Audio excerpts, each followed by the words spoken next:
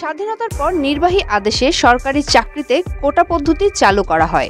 ১৯৭৬ সাল পর্যন্ত ২০% পদ মেধার ভিত্তিতে নিয়োগ করা হতো, বাকি পদ কোটায় নিয়োগ হতো।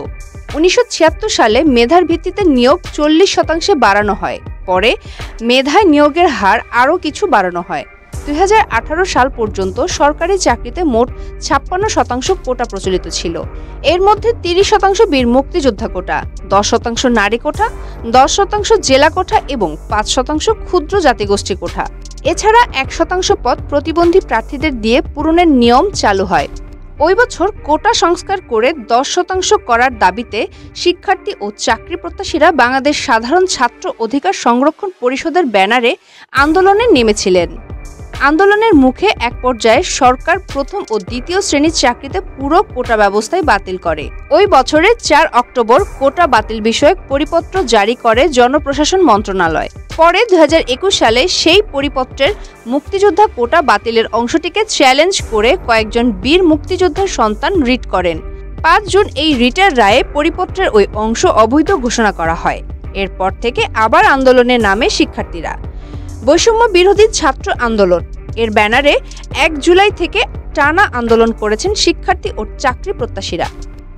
আন্দোলনকারীদের দাবির মধ্যে আরও রয়েছে, পরবর্তী সময়ে সরকার কোটা ব্যবস্থা নিয়ে কোনো পদক্ষেপ নিতে চাইলে ২০১৮ সালের পরিপত্র বাহন রেখে কমিশন গঠন করে দ্রুত সময়ের মধ্যে সরকারি চাকরিতে সব গ্রেডে অযৌক্তিক ও বৈষম্যমূলক কোটা বাদ দেওয়া, চাকরির নিয়োগ পরীক্ষায় কোটা সুবিধার একাধিকবার ব্যবহারের সুযোগ বন্ধ করা, কোটায় যোগ্য প্রার্থী না পাওয়া গেলে শূন্য পদগুলোতে মেধা অনুযায়ী নিয়োগ দেওয়া এবং দুর্নীতিমুক্ত, নিরপেক্ষ ও মেধাভিত্তিক আমলাতন্ত্র নিশ্চিত করে কার্যকর ব্যবস্থা নেওয়া।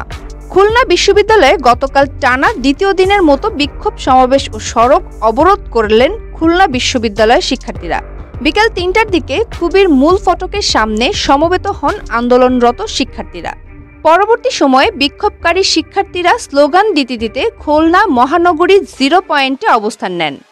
0 পয়েন্টে খুলনা সাতক্ষীরা, যশোর খুলনা, ঢাকা খুলনা, মংলা খুলনা ও বাগেরহাট খুলনা মহাসড়ক অবরোধ করে বিক্ষোভ সমাবেশ ও পথসভা করেন শিক্ষার্থীরা।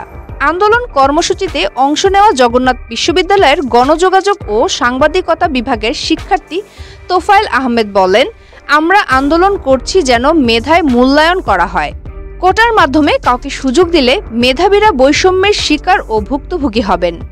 সাইদ হাসান নামের আরেক শিক্ষার্থী বলেন, কোটার কারণে মেধাবী শিক্ষার্থীদের যথাযথ মূল্যায়ন হচ্ছে না।